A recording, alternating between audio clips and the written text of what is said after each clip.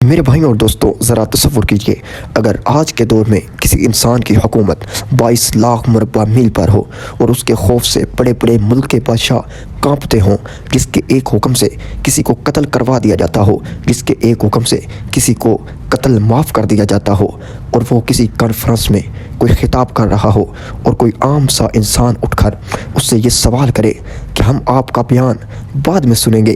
پہلے آپ ہمیں یہ بتائیں کہ آپ نے یہ جو کپڑے پہنے ہیں یہ اپنے ذاتی رقم سے لیے ہیں یا حکومت کے پیسوں سے لیے ہیں یا عوام کے پیسوں سے لیے ہیں، تو آپ کا کیا خیال ہے؟ اس شخص کو ویسے ہی چھوڑ دیا جائے گا؟ نہیں، بلکہ اس پر اس کو سخت سزا بھی مل سکتی ہے کہ تم ہوتے کون ہو سوال کرنے والے، تمہاری اوقات کیا ہے، تمہاری حیثیت کیا ہے۔ لیکن میرے دوستوں، یہ بات حقیقت ہے کہ اسلام میں ایک ایسا وقت بھی آیا کہ جب حضرت سیدنا عمر رضی اللہ تعالی عنہ کا دورہ خلافت ہے اور آپ ممبر پر خطبہ دینے کے لیے کھڑے ہوئے، وہ عمر کے جن کی حکومت 22 لاکھ مربع میل پر ہے، وہ عمر کے جن کی زبان پر حق بولتا ہے، وہ عمر کے جس راستے سے آپ گزر جاتے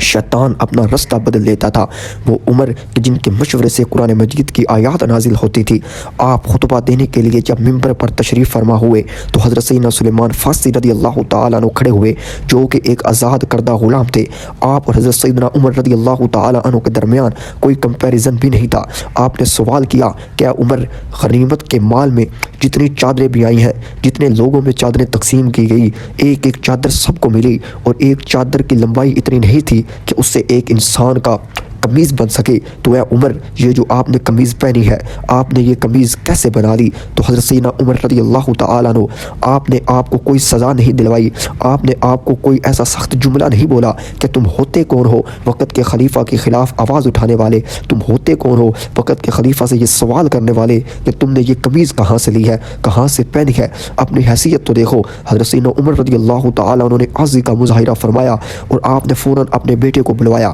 حضرت سیدنا عبداللہ بن عمر رضی اللہ تعالیٰ عنہ جب آئے تو انہوں نے بتایا کہ جو قمیض مجھے بیت المال سے ملی تھی، میں نے اپنے حصے کی چادر اپنے والد کو دے دی تھی، اور اس طرح آپ نے 2 چادروں کے ذریعے اپنی قمیض سلوائی۔ سبحان اللہ، کیا شان ہے حضرت سیدنا عمر رضی اللہ تعالیٰ عنہ کی۔